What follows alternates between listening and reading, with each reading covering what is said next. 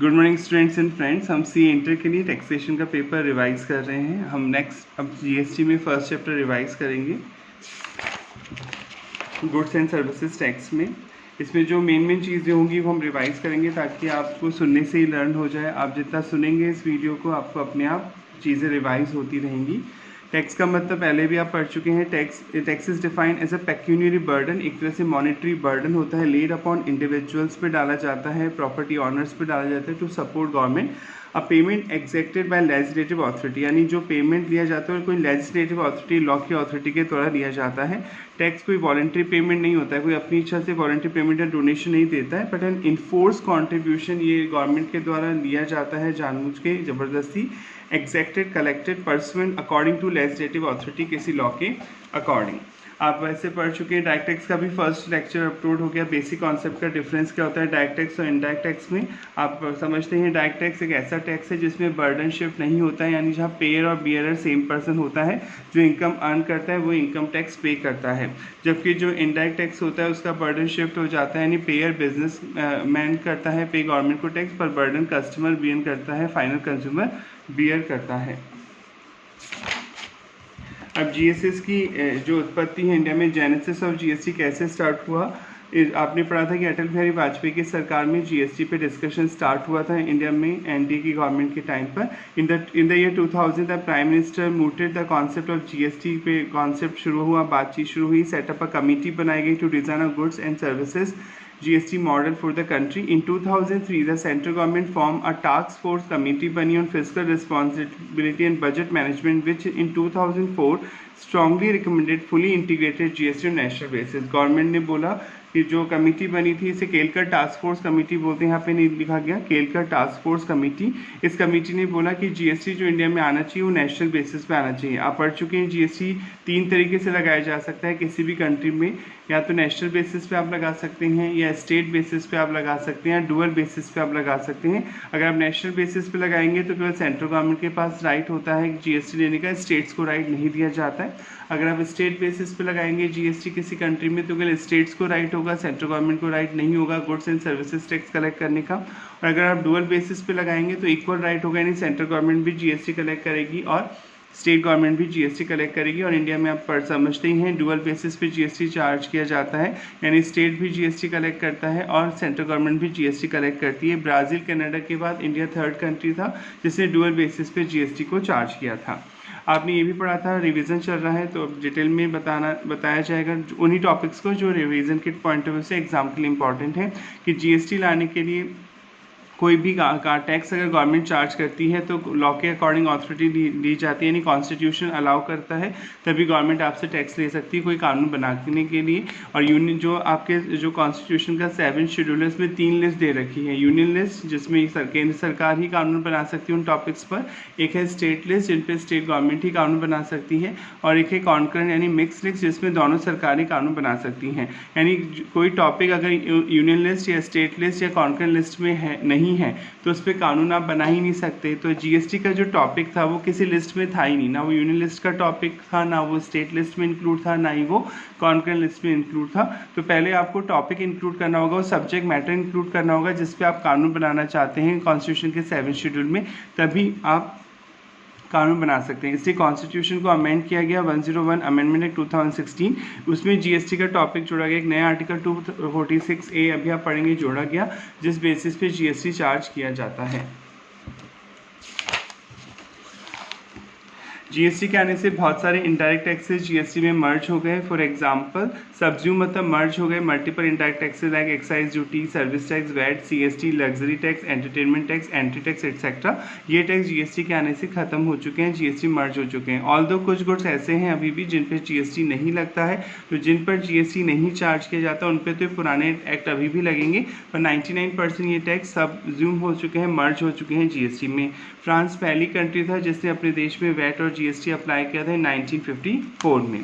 Most of the country follow unified GST, that is a single tax applicable through out the country. ज़्यादातर country में GST single basis पे charge होता है। Single basis मतलब या तो सेंट्रल गवर्नमेंट लेती है यानी नेशनल बेसिस पे चार्ज होता है, या स्टेट बेसिस पे चार्ज होता है। दोनों सरकारों को राइट नहीं होता है। हाउएवर इन फेडरल पॉलिटिक्स, फेडरल मतलब जहाँ संघीय सरकार होती है, जहाँ राज्य सरकारें भी हैं और केंद्र सरकार भी है, लाइक ब्राज़ील, कनाडा, वहाँ पे डुअल बेसिस पे जीएसटी चार्ज किया जाता है। और इंडिया में भी एक फेडरल स्ट्रक्चर है, तो इंडिया में भी जो जीएसटी चार्ज किया जाता है वो डुअल बेसिस पे चार्ज किया जाता है। जीएसटी के कैरेक्टरिस्टिक्स ये रखिए। जीएसटी एक वैल्यू एडेड टैक्स है जो मैन्युफैक्चर और सेल ऑफ गुड्स और प्रोविजन ऑफ सर्विस मतलब सर्विस देने पे लगता है। वैल्यू एडेड टैक्स मतलब अगर आप कोई प्रॉफिट ऐड करके कोई चीज़ आगे बेचेंगे, वैल्यू एडिशन करके आगे बेचेंगे तो ही टैक्स देंगे। जैसे मैंने किसी से 10 रुपये में पेन खरीदा और मैं 10 में ही बेच रहा हूँ, कोई वैल्यू एडिशन नहीं कर रहा हूँ मैं इसमें, तो मैं जीएसटी नहीं दूंगा। अगर मैं 10 में खरीद रहा हूँ, 5 रुपये प्रॉफिट ऐड कर रहा हूँ या लेबर से काम करा रहा हूँ और कुछ खर्चा कर रहा हूँ, उसके बाद मैं इसे आगे बेच रहा हूँ, तो मैं वैल्यू एडिशन कर रहा हूँ। वैल्यू एडिशन में दोनों चीज़ें आएंगी, एक्सपेंसेस भी आएंगे जो आपने किए प्लस प्रॉफिट भी आएगा जो आपने अपनी तरफ से जोड़ा। तो वैल्यू एडिशन जो कर रहे हैं आप उस पर जीएसटी देना होता है। जैसे 10 का पेन है, मैं 15 में बेच रहा हूँ, तो 5 रुपये में वैल्यू एडिशन करके आगे ट्रांसफ़र कर रहा हूँ, तो 5 रुपये पे ही देना होगा मुझे जीएसटी, 10 रुपये पे नहीं देना होगा। कोई 10 रुपये पे तो ऑलरेडी वो पर्सन दे चुका होगा जिससे मैं खरीद के लाया हूँ ये पेन। तो जीएसटी केवल वैल्यू एडिशन पे लगता है। वैल्यू एडिशन का मतलब केवल प्रॉफिट नहीं होता, वैल्यू एडिशन में वो एक्सपेंसेस भी आते हैं जो आपने अपनी तरफ से उस गुड्स या सर्विसेज पे किए हैं। GST offer comprehensive and comprehensive broad and continuous chain of tax credit. Tax credit समझते हैं, इनपुट टैक्स क्रेडिट जैसे आप किसी को खरीदने पे 10 रुपये का टैक्स दे के आए हैं, खरीदने पे किसी प्रोडक्ट या सर्विस को 10 रुपये का जो टैक्स दे के आए, आप इसे इनपुट टैक्स बोलते हैं। Eight the time of purchase जो आप जीएसटी पे करते हैं खरीदने पे किसी प्रोडक्ट या सर्विस को, उसे आप इनपुट टैक्स बोलते हैं। और मान लीजिए उस प्रोडक्ट या सर्विस को आगे देने पे आप कस्टमर से 12 रुपीज़ कलेक्ट कर रहे हैं, तो ये आउटपुट टैक्स बोला जाता है जीएसटी में। बेचने पे जो कलेक्ट कर रहे हैं कस्टमर से वो आउटपुट टैक्स होगा, और eight the time of purchase purchase के समय जो आपने पे किया टैक्स है वो इनपुट टैक्स होता है। तो 12 रुपये आउटपुट टैक्स हुआ, 10 रुपये इनपुट टैक्स, तो 2 रुपये ही आप गवर्नमेंट को देंगे। इस प्रोसेस को बोलते हैं इनपुट टैक्स का क्रेडिट लेना, और ये मिलता रहेगा जब तक कि प्रोडक्ट एंड कंज्यूमर के हाथ में नहीं पहुंच जाता, क्योंकि इनपुट इनडायरेक्ट टैक्स है, बर्डन तो आप कस्टमर पे डालेंगे। तो जब तक कस्टमर के हाथ में नहीं पहुंच जाता वो गुड्स या सर्विस, तब तक आपको इनपुट टैक्स का क्रेडिट मिलता रहता है कंटिन्यूस बेसिस पर। ये वही चीज़ लिखी हुई, आप इनपुट टैक्स का क्रेडिट ले सकते हैं। The supplier at each stage is permitted to avail credit of GST paid on purchase. Purchase पे जो आपने इनपुट टैक्स दिया उसका आप क्रेडिट ले सकते हैं गुड्स और सर्विसेज पे। कैन सेट ऑफ, उसे घटा सकते हैं this credit against the GST payable, जो आपको आउटपुट टैक्स देना है on supply of goods and services and to be made by him. GST इसमें कास्केडिंग इफेक्ट नहीं होता। पहले टैक्स पे टैक्स लगता था, अब नहीं लगता। जैसे पहले 10 रुपये में आप कोई मैन्युफैक्चरर थे, 10 रुपये का पेन बनाते थे, तो मैन्युफैक्चर करने पे एक्साइज ड्यूटी देनी पड़ती थी, मान लीजिए 2 रुपये, ये सेंट्रल गवर्नमेंट लेती थी। एक्साइज ड्यूटी या प्रोडक्शन टैक्स आप बोल सकते हैं। अब इसमें आप प्रॉफिट जोड़ेंगे 5 रुपये अपना, तो आप 17 में बेच रहे हैं पेन, तो 17 पे आपको वैट देना पड़ता था पहले। वैल्यू एडेड टैक्स बोल लीजिए, सेल्स टैक्स बोल लीजिए, सेंट्रल गवर्नमेंट लेती थी। तो अब देखिए 17 में ऑलरेडी एक्साइज ड्यूटी इंक्लूड है, राइट। तो आप दोबारा 17 पे क्या देंगे, वैट देंगे, सेल्स टैक्स देंगे, तो टैक्स पे टैक्स लगता था पहले, जैसे आप कास्केडिंग इफेक्ट बोलते थे। पर अब एक्साइज ड्यूटी नहीं लगती है, ना ही वैट लगता है, अब तो एक ही जीएसटी लगता है, तो एक ही टैक्स लगता है, तो टैक्स पे टैक्स नहीं लगता है, तो कास्केडिंग इफेक्ट नहीं होता है। Since only the value added at each state tax, के वैल्यू एडिशन पे टैक्स लगेगा जो आपने अपनी तरफ से वैल्यू बढ़ाई। There is no tax on tax, कोई डबल टैक्सेशन नहीं होता है और कास्केडिंग इफेक्ट नहीं होता under GST. Double taxation, tax on tax को लॉ की लैंग्वेज में कास्केडिंग इफेक्ट बोला जाता है, वो अब नहीं होता है। पुराने टैक्स में क्या कमियां थी जिस वजह से जीएसटी को इंडिया में लाना पड़ा, deficiency in the value of added system. एक तो डबल टैक्सेशन होता था, अभी जो बताया, पहले एक्साइज ड्यूटी दो, फिर उस पर ऐड करके एक्साइज ड्यूटी को ऐड करके उस पर सेल्स टैक्स दो, तो टैक्स पे टैक्स लगता था, तो अब नहीं लगता है। Certain transaction were subject to double taxation, कुछ ट्रांजेक्शन पे डबल टैक्स लगता था। एंड वर टैक्स है बोथ गुड्स एंड सर्विसेज, उन पे गुड्स और सर्विस टैक्स के तौर पे टैक्स लगता था। गुड्स पे लगता था आप पे वैट और सेल्स टैक्स बोलते थे, सर्विस पे सर्विस टैक्स लगता था। Since under the earlier regime, पहले के दायरे में distinction between goods and services were often blurred, और कई बार कन्फ्यूजन क्रिएट होता था। आप किसी रेस्टोरेंट गए तो 1000 रुपये का खाना खाया, तो खाना तो गुड्स है, और 200 रुपये का सर्विस उसने आपसे ली, बिल तो वो एक साथ ही बना देता था 1200 का। अब इसमें पता करो कि कितनी वैल्यू पे तो गुड सर्विस टैक्स लगेगा, क्योंकि पहले सर्विस टैक्स सर्विस पे लगता था, वो सेंट्रल गवर्नमेंट देती थी, और कितनी वैल्यू पे गुड्स पे वैट या सेल्स टैक्स लगेगा। तो बहुत कन्फ्यूजन होता था पहले, अब ये सब हट चुका है, चाहे गुड्स हो चाहे सर्विस हो, अब तो एक ही नाम से लगेगा टैक्स, जीएसटी जिसे आप बोलते हैं।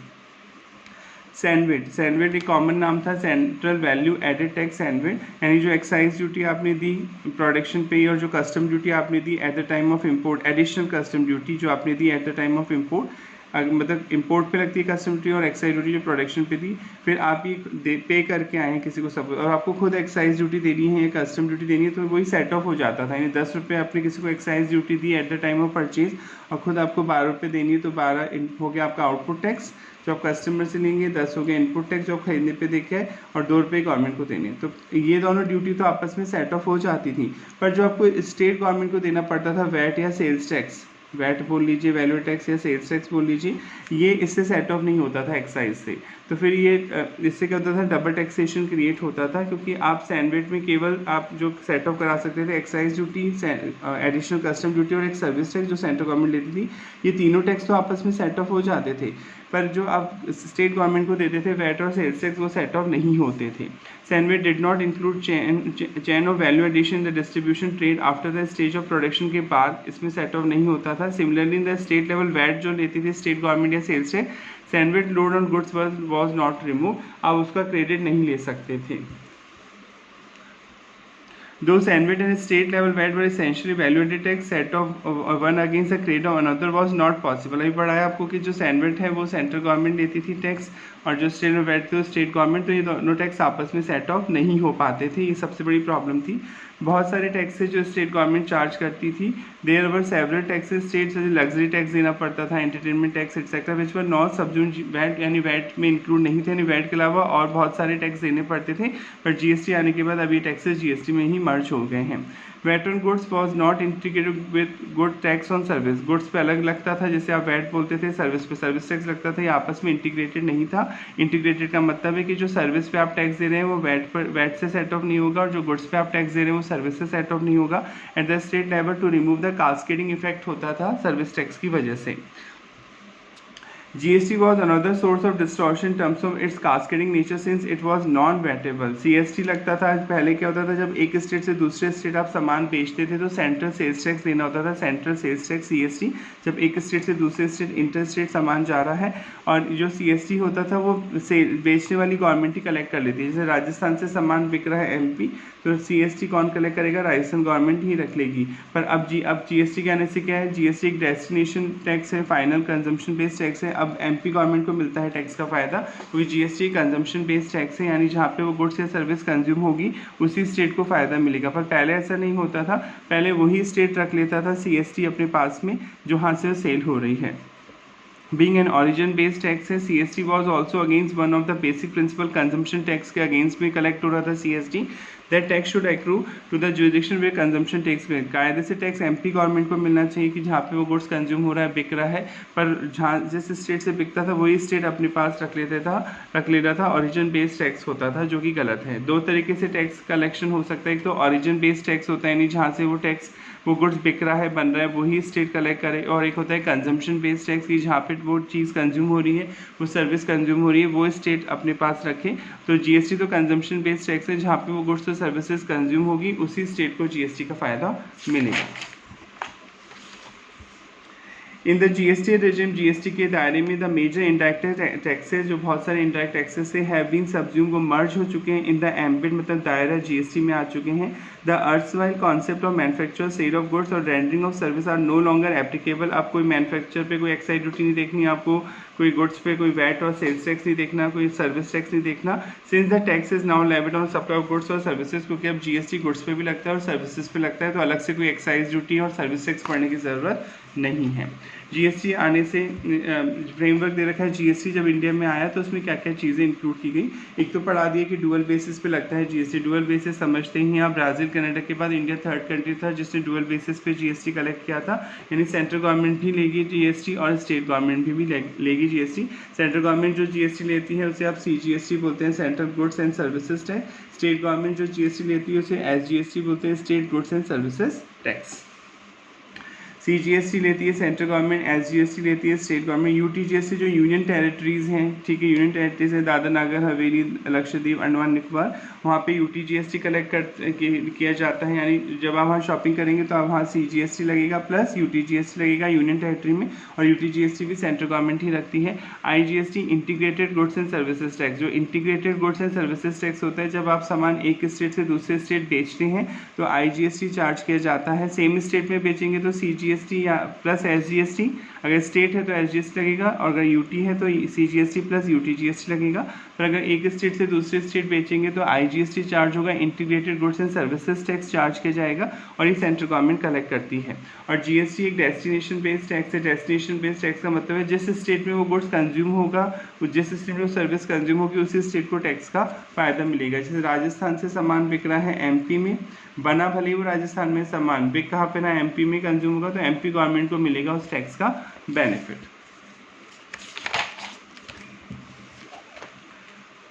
अभी कैसे पता चलता है कि कोई सेल इंट्रा स्टेट मानी जाएगी या इंटर स्टेट? अगर सेम स्टेट में सामान बिक रहा है, सेम यूनियन टेरिटरी में सामान बिक रहा है, तब तो वो इंट्रा स्टेट होगी। इंट्रा मतलब सेम स्टेट, INTRA, इंटर मतलब सेम स्टेट में बिक रहा है, सेम यूनियन टेरिटरी में बिक रहा है। और इंटर INTR, इंटर मतलब एक स्टेट से दूसरे स्टेट बिक रहा है तो उसे इंटर स्टेट सेल बोलेंगे।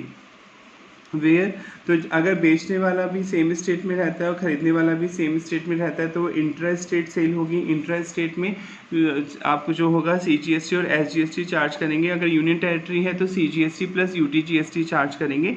और अगर इंटर स्टेट है, अगर एक स्टेट से दूसरे स्टेट जा रहा है, या एक यूनियन टेरिटरी से दूसरी यूनियन टेरिटरी में जा रहा है, या एक स्टेट से दूसरी यूनियन टेरिटरी में जा रहा है, या एक यूनियन टेरिटरी से दूसरे स्टेट में जा रहा है, तो वो इंटर स्टेट होगा, INTR इंटर, और यहाँ पे IGST चार्ज होगा। Where the location of the supplier, यानी बेचने वाला जो रहता है supplier, and the place of supply of goods और service are in the same state और यूनियन टेरिटरी में है, it is treated as intra state supply. वैसे इंट्रा स्टेट सप्लाई मानेंगे गुड्स और सर्विस का respectively. Further where the location of supplier and the place of supply of goods or services are in two different state, अगर दो different state में है, बेचने वाला किसी और स्टेट में रहता है, खरीदने वाला किसी और स्टेट में रहता है, टू डिफरेंट यूनियन टेरिटरीज हैं, या स्टेट कोई एक स्टेट है, यूनियन टेरिटरी है, it is treated as inter state supply of goods और सर्विसेज रिस्पेक्टिवली। से इंटर स्टेट माना जाएगा, एक स्टेट से दूसरे state. Inter state supply of taxable goods और services are subject to integrated goods and service tax, यहाँ पे IGST चार्ज होगा। IGST is a total of CGST, SGST, UTGST, यानी जिस स्टेट से, जैसे मान लीजिए अब सेम स्टेट में 9% लग रहा है CGST और 9% लग रहा है SGST, तो 18% GST लग रहा है, तो IGST 18% से लगेगा। यानी जो IGST होता है वो CGST SGST का टोटल ही होता है, एंड इज लेविड, ये चार्ज किया जाता है by the central government on all inter state supplies पर। लेजिस्लेटिव फ्रेमवर्क मतलब लीगल फ्रेमवर्क कहाँ पे लगेगा? CGST act, there is a single legislation CGST act. अगर एक ही स्टेट में सामान बेच रहे तो CGST लगेगा प्लस SGST लगेगा, तो सेंट्रल गवर्नमेंट तो एक ही इंडिया में, तो CGST एक पूरे इंडिया में अप्लाई होगा फॉर लेविंग चार्ज। लेविंग मतलब चार्ज करने के लिए CGST। सिमिलरली यूनियन टेरिटरी, अगर आप यूनियन टेरिटरी में सामान बेच रहे हैं विदाउट लेजिस्लेचर, जिनकी खुद की विधानसभा नहीं है, यानी वहाँ पे कोई मुख्यमंत्री नहीं होता, ठीक है, यूनियन टेरिटरीज में, तो जैसे अंडमान निकोबार हो गया, आपका आइलैंड लक्षद्वीप हो गया, लद्दाख हो गया, दादर नागर हवेली हो गया, दमन एंड दीव एंड चंडीगढ़, उनकी खुद की ये यूनियन टेरिटरी सेंट्रल गवर्नमेंट के अंडर में आती हैं। तो अगर आप यहाँ सामान बेच रहे हैं तो CGST प्लस UTGST लगता है, और UTGST भी सेंट्रल गवर्नमेंट ही कलेक्ट करती है। Are govern by the UTGST act for levying UTGST। State and union territory with their own legislature, और अगर आप राज्य में सामान बेचें हैं, ऐसी यूनियन टेरिटरी जिनकी खुद की विधानसभा है, जैसे कि दिल्ली है, आपकी जम्मू एंड कश्मीर है, पौंडीचेरी, यहाँ इनकी खुद की विधानसभाएं, मुख्यमंत्री होते हैं। ऑल्दो जम्मू कश्मीर में जब इलेक्शन होंगे तब होगा, अभी नहीं है। तो यहाँ दिल्ली, जम्मू कश्मीर, पौंडीचेरी में खुद की विधानसभा है, तो यहाँ पे अगर आप सामान खरीदेंगे बेचेंगे तो GST और SGST ही लगेगा। अगर आप अंडमान निकोबार लक्षद्वीप में बेचेंगे सामान खरीद, वहाँ पे लगेगा CGST प्लस UTGST, क्योंकि उन यूनियन टेरिटरी की खुद की विधानसभा नहीं है। जिन यूनियन टेरिटरी की खुद की विधानसभा है, जैसे दिल्ली, जम्मू एंड कश्मीर और पौंडीचेरी, वहाँ पे CGST और SGST ही चार्ज होगा। Classification of goods and services, her product का एक कोड होता है, ठीक है, क्लासिफिकेशन किया जाता है इस पर कस्टम एक्ट, और ये यूनिवर्सल कोड होता है। जैसे बार कोड आप देखते हैं, शॉपिंग करते हैं, वो क्लिक करता है तो उस प्रोडक्ट का अपने आप बिल जनरेट हो जाता है। हर प्रोडक्ट का एक कोड होता है, कोडिंग सिस्टम होता है। तो यूनिवर्सल बेसिस पे, ताकि जो इस पैन का कोड इंडिया में है वही पैन का कोड अमेरिका में होगा, ताकि कन्फ्यूज़न ना हो। तो इसको बोलते हैं harmonise system of nomenclature, HSN code बोलते हैं। Harmonise system of nomenclature is use for classifying the goods under GST के लिए। और अगर सर्विस की बात करें तो सर्विसेज को भी कोड दिए जाते हैं, सर्विस अकाउंटिंग कोड होते हैं, is use for classifying the services under GST। Composition scheme आगे ही पढ़ेंगे। अगर आप कम रेट से टैक्स देना चाहते हैं, एक स्कीम है जो स्मॉल ट्रेडर हैं, स्मॉल सेलर हैं, उनके लिए स्कीम बनाई गई कि अगर आप कम रेट से टैक्स देना चाहते हो और इनपुट टैक्स का क्रेडिट नहीं लेना चाहते तो आप ये स्कीम अडॉप्ट कर सकते हैं। इसको हम आगे पढ़ेंगे जब ये चैप्टर आएगा। रजिस्ट्रेशन की एक लिमिट है। अगर आपका टर्नओवर एक लिमिट को क्रॉस कर जाता है फाइनेंशियल ईयर में तो आपको GST नंबर लेना होगा। वो लिमिट क्या है फटाफट पढ़ लेते हैं। अगर आप MNNT में करते हैं बिजनेस, MNNT मतलब मणिपुर, मिजोरम, नागालैंड, त्रिपुरा, मणिपुर, मिजोरम, नागालैंड, त्रिपुरा में अगर आप बिजनेस करते हैं, चाहे गुड्स बेचते हैं चाहे सर्विस बेचते हैं, अगर आपकी 10 लाख से ज़्यादा हो जाता है टर्नओवर तो आपको GST नंबर लेना होगा। 10 लाख तक है तो चॉइस से ले भी सकते हो, नहीं भी ले सकते। 10 लाख से ऊपर होने पर आपको GST रजिस्ट्रेशन नंबर लेना होगा। और अगर आप तमसुक में रहते हैं, तमसुक मतलब वो स्टेट, ठीक है, कौन कौन से, अरुणाचल प्रदेश, मेघालय, जैसे तमसुक का मतलब अगर आप देखें, टी का मतलब हो गया तेलंगाना, ए का मतलब हो गया अरुणाचल प्रदेश, एम का मतलब हो गया मेघालय, एस का मतलब हो गया सिक्किम, यू का मतलब हो गया उत्तराखंड, पी का मतलब हो गया पौंडीचेरी। अगर आप इन स्टेट्स में रहते हैं तो 20 लाख की लिमिट है। अगर 20 लाख से ज़्यादा है गुड्स और सर्विसेज की सेल आपकी कंबाइंड मिलाकर तो फिर आपको GST नंबर लेना होगा। अगर कम है तो चॉइस से ले भी सकते हैं, नहीं भी ले सकते। तो तमसुक स्टेट्स में 20 लाख रुपये रहेगी लिमिट। इनके अलावा जो रेस्ट स्टेट बच गए इंडिया में, वहाँ पे गुड्स के केस में जो लिमिट है वो 40 लाख है। अगर केवल आप गुड्स बेचते हैं तो 40 लाख से ऊपर होने पर ही आपको GST नंबर लेना होगा। और अगर आप केवल सर्विस देते हैं तो 20 लाख से ऊपर होने पर GST नंबर लेना होगा। यानी अगर केवल गुड्स बेचते हैं तो 40 लाख से ऊपर होने पर GST नंबर लेना है। अगर केवल सर्विस देते हैं तो 20 लाख से ऊपर होने पर GST नंबर लेना है। अगर मान लो हम सर दोनों ही बेचते हैं, हम तो थोड़ी गुड्स भी देते हैं थोड़ी सर्विसेज भी देते हैं, तो लिमिट 20 रहेगी। तो आप 20 लाख से ऊपर होते ही आपको GST नंबर लेना होगा। और ये जो टर्नओवर है ऑल इंडिया बेसिस पे कैलकुलेट होगा। अगर आपकी दूसरी स्टेट में भी ब्रांच है या दूसरे शहर में भी ब्रांच है तो उनका कंबाइंड क्लब करके देखा जाएगा। एग्जेम्पशन ये चैप्टर आ गएगा। कुछ चीज़ें एग्जेम्प्ट होती हैं GST पे, यानी गवर्नमेंट ने उन्हें एग्जेम्पशन दे रखी है, उन पे GST नहीं देना होता। सीमलेस फ्लो ऑफ क्रेडिट तो आप पढ़ चुके हैं, क्रेडिट मिलता रहता है। इनपुट टैक्स का जो आप आउटपुट टैक्स कस्टमर से कलेक्ट करते हैं और जो खरीदने पे इनपुट टैक्स दे के आते हैं GST के नाम से, उसका आपको क्रेडिट मिलता रहता है।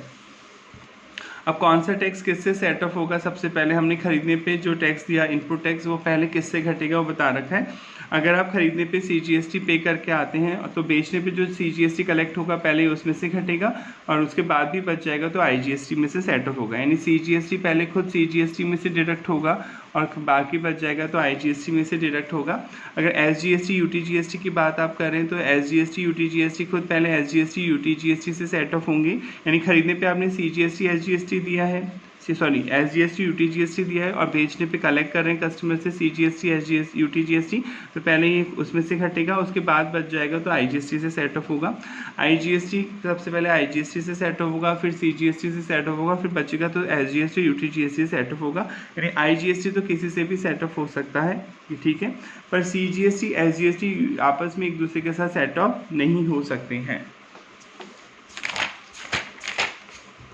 नेक्स्ट, GST का एक कॉमन पोर्टल है। GST में सारी चीज़ें ऑनलाइन हैं, आपको डिपार्टमेंट जाने की ज़रूरत नहीं है। 99% केसेस में सारी चीज़ें आपको ऑनलाइन करनी होती हैं। एक कॉमन पोर्टल बनाया गया है जिसे बोला जाता है www.gst.government.in। A website manage by goods and services tax network के थ्रू मैनेज होती है। A wholly own government company है, is set by the government to establish a uniform interface to the tax payer. Tax payer भी इसी site पे जाएगा, government official भी इसी साइट पे जाएंगे। In common and share IT infrastructure बनाया गया है बिटवीन सेंटर एंड स्टेट्स के बीच में।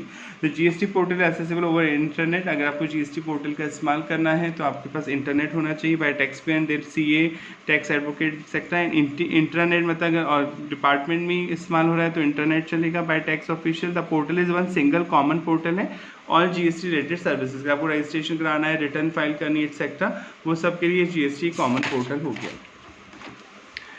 जीएसटी सुविधा प्रोवाइडर जीएसपी बोलते हैं, ठीक है। एएसपी, ठीक है, एप्लीकेशन सर्विस प्रोवाइडर, ठीक है। तो ये लोग क्या होते हैं, जैसे आपके पास नेट की फैसिलिटी नहीं है या फिर आप इतना जीएसटी के बारे में नहीं जानते हैं, तो ये मीडिएटर होते हैं। आप इन लोगों के पास जा सकते हैं और अपनी जीएसटी रिलेटेड क्वेरीज में इन लोगों की हेल्प ले सकते हैं। जैसे आप इनकम टैक्स में पढ़ते हैं कि आपको इनकम टैक्स रिटर्न भरनी है, तो आप खुद भी भर सकते हैं। तो थोड़ी आप सीए के पास जाए, किसी और के पास जाए, पर आजकल ऑनलाइन बहुत सारे जो है सुविधा प्रोवाइडर्स, आप क्लियर टैक्स वालों की हेल्प ले सकते हैं, और भी बहुत सारे सॉफ्टवेयर हैं जिनकी आप मदद लेके रिटर्न भर सकते हैं। तो जीएसपी एडिशनल चैनल होता है, एक तरह से एडिशनल चैनल है बीइंग मेड अवेलेबल, जो आपके लिए बनाया गया है for facilitating the tax payer, आपकी हेल्प के लिए बनाया गया सुविधा के लिए, for performing some of the functions and use their service option. इनकी सर्विस लेना ऑप्शनल है, आप चाहें तो खुद भी रिटर्न भर सकते हैं, पर अगर आपको लग रहा है कि आपसे गलती हो जाएगी तो आप इनकी हेल्प ले सकते हैं।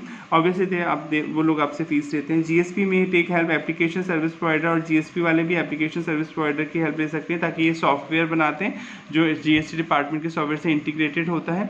Who act as a link, एक तरह से लिंक का काम करते हैं बिटवीन टैक्स पेयर और जीएसपी सुविधा प्रोवाइडर के बीच में। कंपनसेशन सेस, ये चैप्टर भी आता है इसमें। कंपनसेशन सेस इजी है कि जब जीएसटी लाया गया तो कुछ स्टेट्स को जीएसटी के आने से नुकसान हो सकता था, क्योंकि जो मैन्युफैक्चरिंग स्टेट है वो अपना सामान किसी दूसरे स्टेट में बेचेंगे तो उन्हें तो नहीं मिलेगा टैक्स का बेनिफिट, जो कि जीएसटी कंजम्पशन बेस्ड टैक्स है। तो जीएसटी के आने से कुछ स्टेट्स को नुकसान हो सकता था, कुछ स्टेट मतलब जो मैन्युफैक्चरिंग स्टेट है। तो सेंट्रल गवर्नमेंट ने बोला कि पहले 5 साल तक जो नुकसान होगा, यानी जो रेवेन्यू कम होगा, उसकी भरपाई हम करेंगे, हम अपने पास से तुम्हें एक्स्ट्रा पैसे देंगे, ठीक है। ये तो इसे बोलते हैं जीएसटी कंपनसेशन सेस। और ये लग्जरी गुड्स पे लगाया जाता है, जो महंगे आइटम होते हैं उन पे लगाया जाता है 28% के हिसाब से, मतलब 28% जो लग्जरी आइटम पे तो रेट 28% अभी आप पढ़ेंगे जीएसटी पे, उसके अलावा उन पे कंपनसेशन सेस भी चार्ज किया जाता है। GST compensation cess at specified rate is impose under goods and services tax पे लगाया जाता है। कंपनसेशन टू स्टेट सेस है 2017 ऑन स्पेसिफाइड लग्जरी आइटम पे लगता है। डीमेरिट गुड्स, जो खराब गुड्स होते हैं हेल्थ के लिए, pan masala, tobacco, aerated water, motor car etcetera. Computed on value of taxable supply. Compensation cess levied on interest rate supply, interest rate पे भी लगेगा और इंटरेस्ट रेट पे भी लगेगा, with a view to provide for compensation दिया जाएगा स्टेट को फॉर लॉस ऑफ रेवेन्यू, अगर उनको जीएसटी के आने से लॉस हुआ है, arising on account of implementation of the GST. Initially it was levied for the period of 5 year, पहले 5 साल के लिए लगाया गया था, अब इस पीरियड को बढ़ा के 31 मार्च 26 कर दिया गया है।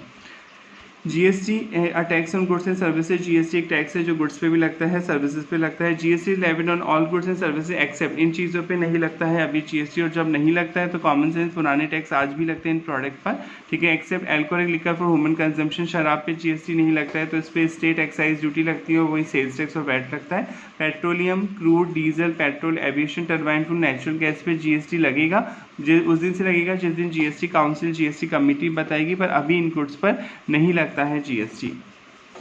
Alcoholic liquor for human consumption is outside the realm of GST के दायरे से बाहर है। अगर मानव उपयोग के लिए आप शराब बना रहे हैं तो जीएसटी नहीं लगेगा। The manufacture production of alcoholic liquor continue to be subject to state excise duty लगेगी शराब पर, and inter state sales of the same subject to CST और वैट लगेगा। अगर एक स्टेट से दूसरे स्टेट बेच रहे हैं सामान तो सीएसटी लगेगा, सेंट्रल सेल्स टैक्स, और अगर विद इन स्टेट बेच रहे हैं, इंटर स्टेट सेल कर रहे हैं तो वैट लगेगा, वैल्यू एडेड टैक्स।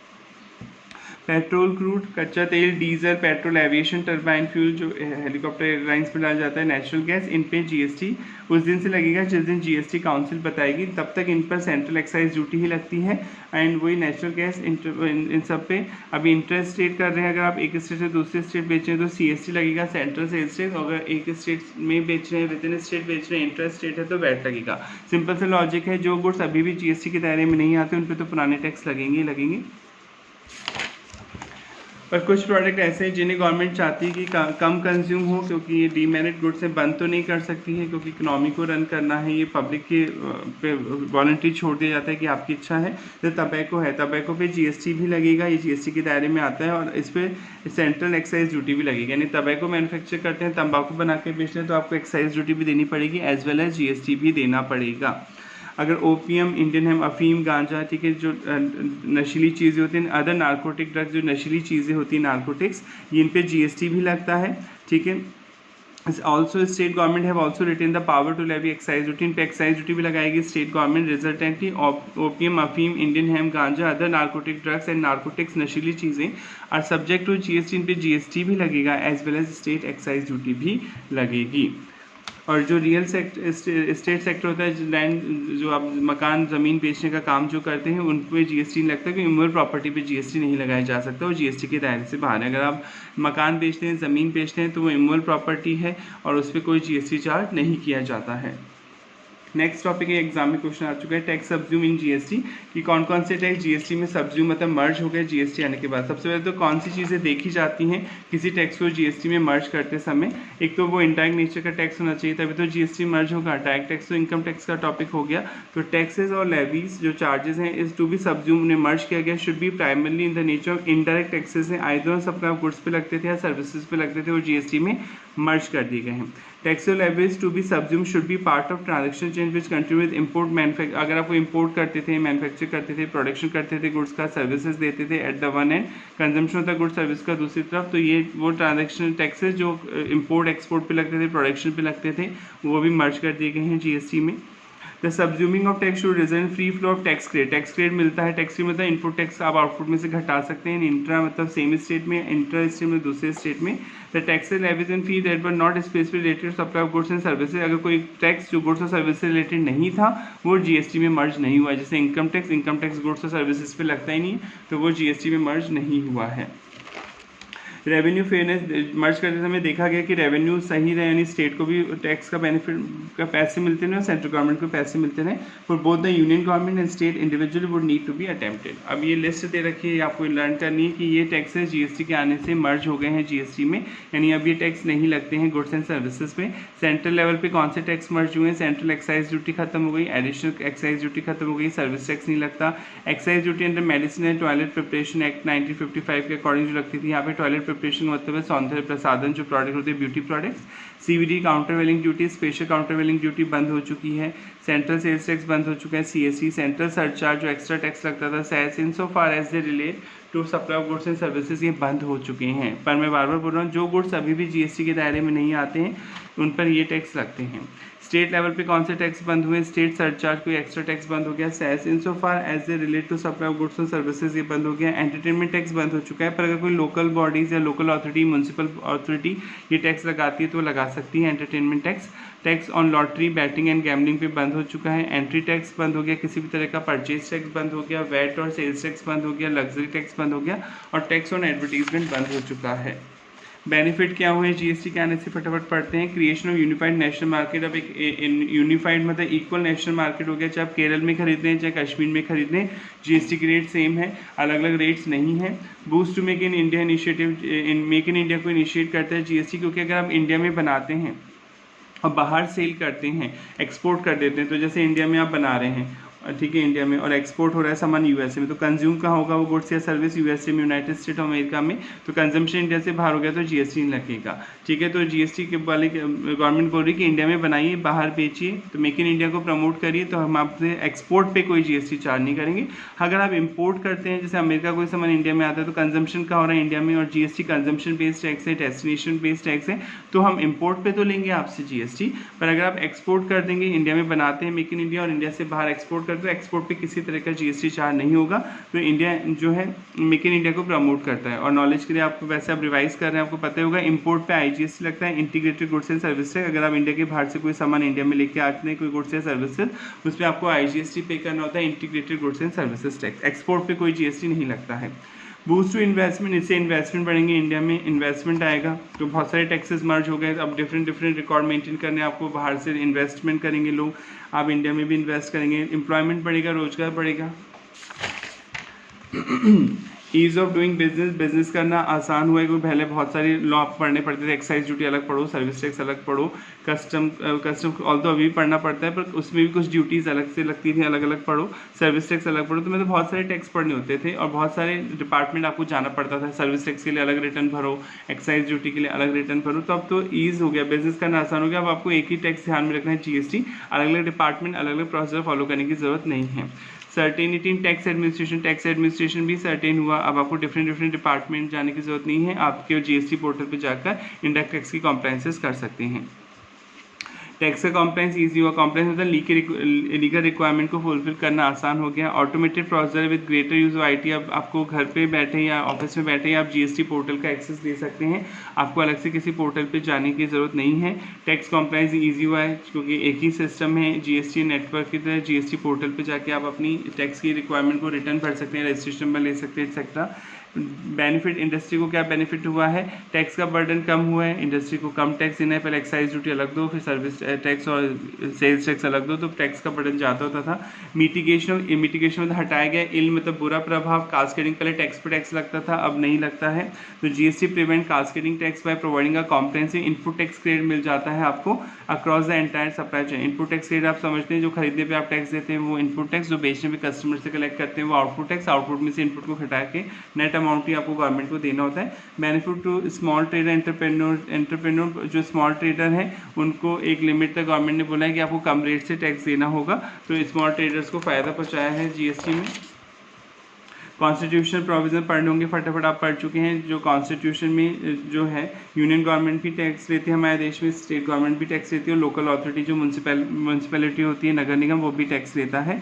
ठीक है, तो constitution of India is the supreme law होता है इंडिया में। कोई भी कानून कॉन्स्टिट्यूशन के अकॉर्डिंग ही बनाना है आपको। It consist of preamble 25 parts containing 448 article होते हैं, 12 शेड्यूल होते हैं। इन केस ऑफ कोई भी लॉ, इन केस ऑफ कोई टैक्स लॉ, कोई भी टैक्स अगर आपसे लिया जा रहा है तो वो कॉन्स्टिट्यूशन के अकॉर्डिंग अगर नहीं है, कोई भी कानून जो बनाया जा रहा है, कोई भी रूल बनाया जा रहा है, कोई कानून बनाया जा रहा है, कोई नोटिफिकेशन ऑर्डर निकाला जा रहा है, is not in conformity with the constitution, वो कॉन्स्टिट्यूशन के अकॉर्डिंग नहीं है, संविधान के खिलाफ जा रहा है, it is called ultra vires. वो अल्ट्रा वायरस हो जाएगा, नहीं वॉइड हो जाएगा, व्यर्थ माना जाएगा, इलीगल माना जाएगा, and is illegal and void माना जाएगा। आर्टिकल 265 ये बोलता है कि कोई भी टैक्स इंडिया में तभी कलेक्ट किया जा सकता है जब आप कोई कानून बनाते हैं। State that no tax shall be levied और collected except by authority of law, यानी बिना कानून बनाए आप कोई टैक्स कलेक्ट नहीं कर सकते हैं। आर्टिकल 245 में लिखा हुआ है subject to the provision, constitution के प्रोविजन को ध्यान में रखते हुए पार्लियामेंट मतलब यूनियन गवर्नमेंट, केंद्र सरकार में मेक लॉ, कोई भी कानून बना सकती है फॉर होल और any part of the territory of India, Bharat के यानी सभी पूरे भारत के लिए, किसी राज्य के लिए, टेरिटरी के लिए। एंड द लेजिस्लेचर स्टेट में make law for the whole और any part of the state. और जो स्टेट गवर्नमेंट है, विधानसभा जो है स्टेट की, लेजिस्लेचर स्टेट की जो विधानसभा है वो के राज्य के किसी पार्ट के लिए, पूरे राज्य के लिए कानून बना सकती है। ये वो लिस्ट है जो आप पढ़ चुके हैं आर्टिकल के। जो 7 शेड्यूल है उसमें आर्टिकल 246 है, जो 7 शेड्यूल में 3 लिस्ट है, यूनियन लिस्ट, स्टेट लिस्ट और कॉन्करेंट लिस्ट। यूनियन लिस्ट में जो टॉपिक आते हैं उसमें केंद्र सरकार कानून बना सकती है, स्टेट लिस्ट में जो टॉपिक आते हैं उन पर स्टेट गवर्नमेंट कानून बना सकती है, कॉन्करेंट लिस्ट में जो टॉपिक आते हैं उन पर दोनों सरकारें कानून बना सकती हैं। तो एंट्री नंबर 82 से 91 जो आता है लिस्ट 1 में, subject with the central government has power to levy tax, central government को राइट है केवल रूल बनाने का। एंट्री नंबर 45 से 63 जो है उनमें केवल स्टेट को पावर दी गई है कानून बनाने के लिए। और जो एंट्री नंबर 82 है उसके अकॉर्डिंग इंडिया में इनकम टैक्स लिया जाता है, केवल एग्रीकल्चर इनकम पे इनकम टैक्स बनाने का राइट सेंट्रल गवर्नमेंट के पास नहीं है, तो स्टेट्स के पास में। कस्टम ड्यूटी जो ली जाती है वो एंट्री नंबर 83 के अकॉर्डिंग ली जाती है, जो सेंट्रल गवर्नमेंट आपसे चार्ज करती है। GST लाने के लिए कॉन्स्टिट्यूशन में एक नया आर्टिकल जोड़ा गया 246 है, क्योंकि अभी पढ़ाया था आपको GST का टॉपिक था ही नहीं किसी लिस्ट में। बिना टॉपिक के कॉन्स्टिट्यूशन में अगर वो टॉपिक नहीं है तो फिर आपको पहले कॉन्स्टिट्यूशन को अमेंड करना पड़ा, एक नया आर्टिकल जोड़ना पड़ा 246A as per the constitution amendment act 101 के अकॉर्डिंग। कॉन्स्टिट्यूशन को अमेंडमेंट क्यों करना पड़ा, ये पढ़ाई दिया क्योंकि कॉन्स्टिट्यूशन में GST का टॉपिक था ही नहीं, इसलिए GST लाने के लिए पहले आपको कॉन्स्टिट्यूशन को अमेंड करना पड़ा, एक नया आर्टिकल 246A जोड़ना पड़ा ताकि GST चार्ज किया जा सके। अमेंडमेंट, कॉन्स्टिट्यूशन को अमेंडमेंट करने की ज़रूरत क्यों पड़ी, की चेंजेस क्या हुए, कॉन्स्टिट्यूशन में चेंजेस क्या क्या हुए। कॉन्करेंट पावर मतलब दोनों को पावर दी गई, पार्लियामेंट को भी दी गई, स्टेट विधानसभा को भी दी गई, to make law governing tax and goods and service, यानी डुअल बेसिस पे GST चार्ज किया जाएगा। ठीक है, इंटर, मैं शॉर्ट में पढ़ूँ क्योंकि ईजी है, कुछ खास नहीं है। इंटर स्टेट अगर ट्रांजेक्शन हो रहा है, एक स्टेट से दूसरे स्टेट बिक रहा है सामान, या एक स्टेट से दूसरी यूनियन टेरिटरी में बिक रहा है, या एक यूनियन टेरिटरी से दूसरी यूनियन टेरिटरी में बिक रहा है, तो वो इंटर स्टेट माना जाएगा। और इंटर स्टेट पे जो IGST चार्ज होगा वो सेंट्रल गवर्नमेंट ही चार्ज करेगी। प्लेस ऑफ सप्लाई देखा जाता है, प्लेस ऑफ सप्लाई क्यों देखा जाता है, अगर place of supply same state में है जहाँ बेचने वाला और खरीदने वाला सेम स्टेट में रहते हैं तब तो CGST और SGST चार्ज होगा। और place of supply different state में, यानी सप्लायर कहीं और रहता है, रिसिपिएंट बायर कहीं और रहता है, तो वहाँ पे IGST चार्ज होगा। फिर कैसे पता चलेगा प्लेस ऑफ सप्लाई कैसे निकाला जाएगा, ये सेंट्रल गवर्नमेंट आपको बताएगी। GST सभी गुड्स और सर्विसेज पे लगता है एक्सेप्ट अल्कोहल लिकर पे नहीं लगता, ह्यूमन कंजम्पशन पे नहीं लिया जाता है। इन गुड्स पे GST उस दिन से लगेगा जिस दिन GST काउंसिल आपको बताएगी पेट्रोलियम क्रूड, कच्चा तेल, हाई स्पीड डीजल, जिसे डीजल बोल रहे हैं आप, motor speed, petrol, natural gas, aviation, turbine fuel, ठीक है, इन पे लगेगा। पर जो तंबाकू है, अभी आपने पढ़ा तंबाकू है, तंबाकू प्रोडक्ट जो है इन पे जीएसटी भी लगेगा और सेंट्रल एक्साइज ड्यूटी भी चार्ज होगी। तंबाकू पे डबल टैक्स लगाया जाता है, गवर्नमेंट नहीं चाहती ये चीज़ें प्रमोट हो, तो तंबाकू और तंबाकू प्रोडक्ट जो है उन पे जीएसटी भी चार्ज होगा, सेंट्रल एक्साइज ड्यूटी भी चार्ज की जाएगी। प्रेसिडेंट ने एक कमेटी बनाई है जिसे जीएसटी काउंसिल बोलते हैं। अब आर्टिकल 279A के अकॉर्डिंग जीएसटी काउंसिल का काम होता है सरकार को टाइम टू टाइम रिकमेंडेशन देना, सुझाव देना कि जीएसटी में टैक्स की रेट क्या होनी चाहिए, किस तरह से जीएसटी इंडिया में ढंग से इम्प्लीमेंट होना चाहिए। तो आपने पढ़ा नया आर्टिकल 246A जोड़ा गया था, power to make law with the respect to goods and service tax के लिए न्यू आर्टिकल 246A इंसर्ट किया गया जब कॉन्स्टिट्यूशन को अमेंडमेंट किया। इसका जो सब आर्टिकल 1 है वो कहता है कि जो अगर एक ही स्टेट में सामान बिक रहा है तो फिर दोनों सरकारें लेंगी GST, not with standing anything contain article 246A में कुछ भी लिखा हो, 254 में कुछ भी लिखा हो, जब भी नॉट विद स्टैंडिंग आ जाती है, कॉमा वाली जो कॉमा के बाद जो लिखा हुआ है वो चीज़ प्रिवेल करेगी। Parliament and subject to clause two the legislature of every state, यानी पार्लियामेंट का केंद्र सरकार, स्टेट लेजिस्लेचर राज्य सरकार है पावर, उनको पावर दी गई टू मेक लॉ कि वो कानून बना सकती हैं with respect to goods and service tax impose by union और स्टेट गवर्नमेंट, यानी दोनों ड्यूअल बेसिस पे जीएसटी चार्ज किया जाएगा। अगर सेम स्टेट में बिक रहा है सामान सीजीएसटी और एसजीएसटी, और अगर एक स्टेट से दूसरे स्टेट बिक रहा है तो आईजीएसटी चार्ज होगा। पार्लियामेंट हैज एक्सक्लूसिव पावर है टू मेक लॉ, कानून बनाने की with respect to goods and service tax where the supply of goods और services of both take place in the course of interstate trade और commerce. यानी 246A article का sub article 1 बोलता है कि अगर विद इन स्टेट सामान बिक रहा है, विद इन यूनियन टेरिटरी सामान बिक रहा है, विद इन स्टेट सामान बिक रहा है तब तो सीजीएसटी एसजीएसटी लगाया जाएगा, ठीक है, और अगर एक स्टेट से दूसरे स्टेट बिक रहा है तो आईजीएसटी चार्ज किया जाएगा। अब जो आईजीएसटी चार्ज करा जाएगा, आईजीएसटी जो ले रही है सेंट्रल गवर्नमेंट, इसमें से कुछ हिस्सा वो स्टेट को देगी, कुछ अपने पास रखेगी। तो ये भी गवर्नमेंट आपको बताएगी कि जो आईजीएसटी टैक्स कलेक्ट हो रहा है इंटर स्टेट सेल पे, उसको कैसे डिस्ट्रीब्यूट करेगी, बांटेगी राज्य सरकारों के बीच में। Newly article inserted article 269A, ये क्या बोल रहा है, levy and collection of goods and service tax in the course of interstate trade और कॉमर्स। इंटरस्टेट मतलब एक स्टेट से दूसरे स्टेट, जिस पे आईजीएसटी चार्ज होता है, integrated goods and services tax charge होता है। Goods and service tax on supplies in the course of interstate trade और commerce shall be levied, charge किया जाएगा एंड कलेक्ट किया जाएगा by the government of India के द्वारा, and such tax shall be apportion, इस टैक्स को apportion मतलब डिस्ट्रीब्यूट किया जाएगा, बांटा जाएगा between the union and state in the manner, उस तरीके से बांटा जाएगा एज में भी प्रोवाइडेड, जो कि बताया जाएगा पार्लियामेंट के द्वारा, संसद के द्वारा, बाय लॉ, कानून law on the recommendation GST council के कहने पे केंद्र सरकार को जो जीएसटी काउंसिल सुझाव देगी, रिकमेंडेशन का मतलब है सुझाव, ऑर्डर नहीं दे सकती जीएसटी काउंसिल, केंद्र सरकार को सुझाव दे सकती है, और उन सुझावों को ध्यान में रखते हुए जो आईजीएसटी का पैसा है सेंट्रल गवर्नमेंट कुछ अपने पास रखेगी, कुछ स्टेट्स में डिस्ट्रीब्यूट करेगी। अब हम जीएसटी काउंसिल पढ़ते हैं। जीएसटी काउंसिल जो बनाई है प्रेसिडेंट ने, article 279A of the constitution empower मतलब अधिकार देता है प्रेसिडेंट राष्ट्रपति को टू कॉन्स्टिट्यूट की वो बना सकता है एक ज्वाइंट फोरम, ज्वाइंट फोरम मतलब जिसमें स्टेट के बंदे भी होंगे और केंद्र सरकार के बंदे भी होंगे, of central and state namely goods and services tax council बोलते हैं, जीएसटी काउंसिल बोलते हैं। प्रेसिडेंट ने जीएसटी काउंसिल बनाई थी 15 सितंबर 2016 को। जीएसटी काउंसिल में कौन कौन मेंबर होता है, एक तो यूनियन फाइनेंस मिनिस्टर जो श्रीमती निर्मला सीतारमण है, ठीक है, वो इसकी यूनियन फाइनेंस मिनिस्टर जो है आपकी वो इसकी चेयरपर्सन होंगी हमारे देश में। The union minister of state in charge of revenue, जो स्टेट इंचार्ज का यूनियन मिनिस्टर जो है वो फाइनेंस का, वो भी इसका मेंबर होगा, यानी दो बंदे तो किसके हो गए हैं, सेंट्रल गवर्नमेंट के हो गए, ठीक है। Third point, the minister in charge of finance या तो of taxation any other minister, कोई भी minister nominated by each state, यानी हर स्टेट अपने बिहाफ पर एक मेंबर को नॉमिनेट करेगी, वो इसका मेंबर होगा। यानी एक तो फाइनेंस मिनिस्टर खुद इसके चेयरपर्सन होंगे, एक सेंट्रल गवर्नमेंट का एक और आदमी होगा union minister of state in charge of revenue, union minister of state in charge revenue, और फाइनेंस का वो भी, तो ये दो बंदे तो सेंट्रल गवर्नमेंट के हो गए, प्लस जो स्टेट है 28 स्टेट है, 28 स्टेट्स जो हैं, प्लस जीएसटी में दिल्ली, पौंडीचेरी, जम्मू कश्मीर को भी स्टेट का दर्जा दिया गया है, दिल्ली, पौंडीचेरी, जम्मू एंड कश्मीर, क्योंकि यहाँ खुद की विधानसभा है, तो एक तरह से 31 स्टेट हैं।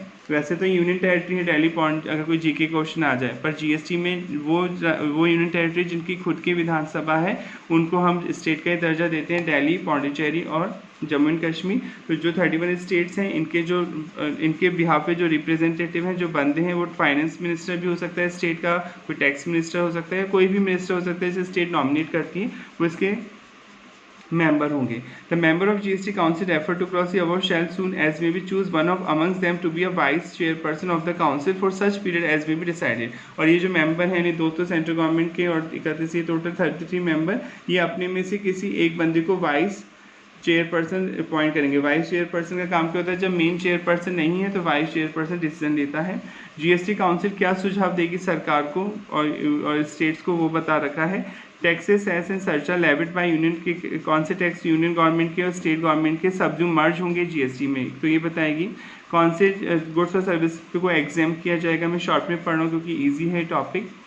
किस तरह से डिसाइड होगा प्लेस ऑफ सप्लाई, कैसे पता चलेगा ये इंटरेस्ट रेट मानी जाएगी, सेल या इंटरेस्ट रेट मानी जाएगी, वो प्रिंसिपल रूल्स बनाए जाएंगे. और कैसे बटेगा टैक्स जो जीएसटी कलेक्ट हो रहा है, वो अपॉर्चनमेंट कैसे होगा, राज्यों को कैसे मिलेगा टैक्स का, कितना पैसा राज्यों को मिलेगा, कितना सेंट्रल गवर्नमेंट रखेगी. थ्रेशोल्ड लिमिट, एग्जेम्पशन लिमिट बताएगी कि किस लिमिट के बाद जीएसटी नंबर लेना ज़रूरी हो जाएगा, जो 20 लाख 40 लाख आपको पढ़ाया. फ्लोर रेट क्या होगी, मतलब मिनिमम रेट क्या होगी किसी गुड्स पे, विथ बैंड मतलब मैक्सिमम रेट क्या होगी वो बताएगी आपको. स्पेशल रेट क्या लगेगी, कोई अगर कोई स्पेशल नेचुरल कैलेमिटी या डिजास्टर आ जाता है तो स्पेशल रेट कम कर दी जाती है, जीएसटी रेट वो कैसे होगी.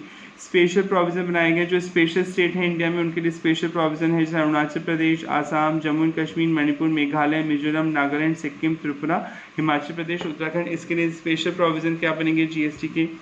कोई भी मैटर जो जीएसटी से रिलेटेड है उस पर काउंसिल सुझाव देगी सरकार को. जीएसटी का काउंसिल सुझाव देगी कि किस दिन से पेट्रोल पर, मोटर स्प्रिट, डीजल पर, natural gas, aviation turbine fuel, petroleum crude, इन पर किस डेट से जीएसटी लगेगा. ठीक है. जीएसटी काउंसिल इस काम करेगी, हार्मोनाइज स्ट्रक्चर बनाएगी, मतलब इजी स्ट्रक्चर बनाएगी जीएसटी का ताकि टफ ना लगे लोगों को. एक हार्मोनाइज नेशनल मार्केट डेवलप करेगी ताकि प्रॉब्लम नहीं. हार्मोनाइज मतलब ईजी करेगी प्रोसेस को. जो जीएसटी के काउंसिल के जो मेंबर है, हाफ मेंबर मिलकर कोरम बनाएंगे. कोरम मतलब पढ़ते हैं किसी मीटिंग के को वैलिड, किसी मीटिंग में लिए गए डिसीजन को वैलिड मानने के लिए उस मीटिंग में कोरम का होना ज़रूरी है. मतलब इतने मिनिमम लोग तो होने चाहिए तभी वो डिसीजन माना जाएगा. जैसे 33 लोग हैं जीएसटी काउंसिल में, ठीक है, तो इसमें से कम, ठीक है, 1/2 मतलब आधे लोग, आधे का मतलब 17 लोग तो होने चाहिए ना मीटिंग में प्रेजेंट, वो डिसीजन ले रहे. मान लीजिए 12 लोग ही आए, 12 लोगों ने कोई मीटिंग में ले ली और डिसीजन ले लिया, ये इनवैलिड माना जाएगा. कम से कम जितने मेंबर हैं उसके आधे प्रेजेंट होने चाहिए तभी वो मीटिंग में लिया गया डिसीजन वैलिड माना जाएगा. ये कोरम होता है. जीएसटी काउंसिल कैसे काम करेगी ये बताया जाएगा. जो जीएसटी काउंसिल के जो डिसीजन लिए जाएंगे वो 3/4 मेजोरिटी से लिए जाएंगे. 3/4 का मतलब अगर हम कन्वर्ट करें परसेंट में तो 75%, यानी जो 75% लोग हाँ कर देंगे मीटिंग में तो माना जाएगा वो डिसीजन वैलिड होगा.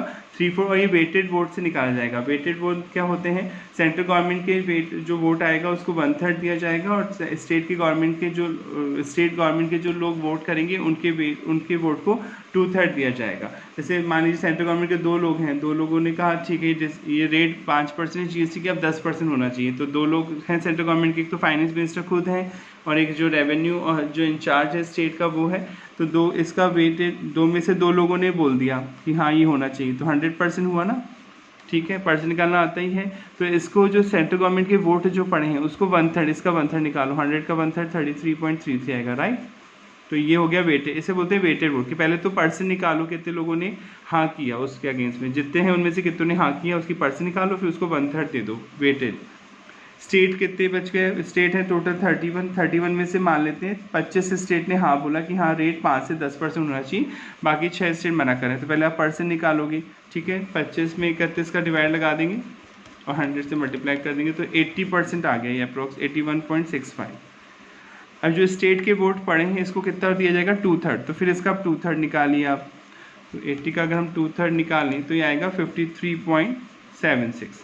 अब जो इस सेंटर का आया था और इस स्टेट का जो आया वेटेड ने जोड़ लीजिए. तो 33.33 तो सेंट्रल गवर्नमेंट का था आपका, प्लस 53.76 इसका, इन दोनों का टोटल हो रहा है 87%. तो ये 75% से ज़्यादा है. 3/4 मेजोरिटी जो बोला था वेटेड वोट से ज़्यादा है तो माना जाएगा डिसीजन वैलिड है. क्लियर.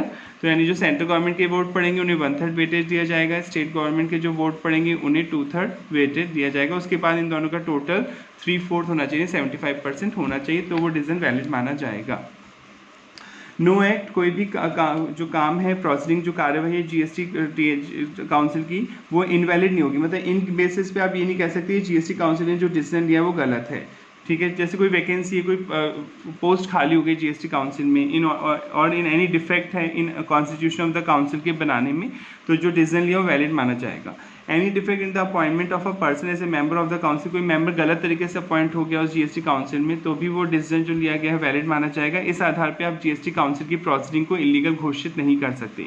एनी प्रोसीड्यूरल इरेगुलरिटी कोई कमी है जीएसटी काउंसिल में not affecting the merit of the case, जिससे किसी केस पर कोई इफेक्ट नहीं पड़ रहा है, ठीक है। मान लीजिए कोई मेंबर है वो 12th पास है उसका, ठीक है, तो भले ही 12th पास है तो क्या वो नॉलेज तो है ना उसे जीएसटी की, इससे उसके केस पे कोई इफेक्ट नहीं पड़ रहा, तो ये क्वालिफिकेशन से मतलब नहीं है। मतलब कोई भी ऐसी इरेगुलरिटी है प्रोसीडिंग्स में जिससे किसी केस पे कोई इफेक्ट नहीं पड़ रहा है तो इसको वैलिड माना जाएगा। यानी इस आधार पर जीएसटी काउंसिल की किसी भी मीटिंग को, किसी भी डिसीजन को इनवैलिड नहीं कह सकते आप कि उसमें कोई खाली पोस्ट पड़ी हुई है, उसमें कोई डिफेक्ट है, ढंग से अपॉइंट नहीं की गई है काउंसिल, या कोई अपॉइंटमेंट जो किया है किसी पर्सन का वो उतना क्वालिफाइड नहीं है, या कोई इरेगुलरिटी चल रही है जिससे किसी केस पे कोई फर्क नहीं पड़ रहा तो वैलिड मानी जाएगी।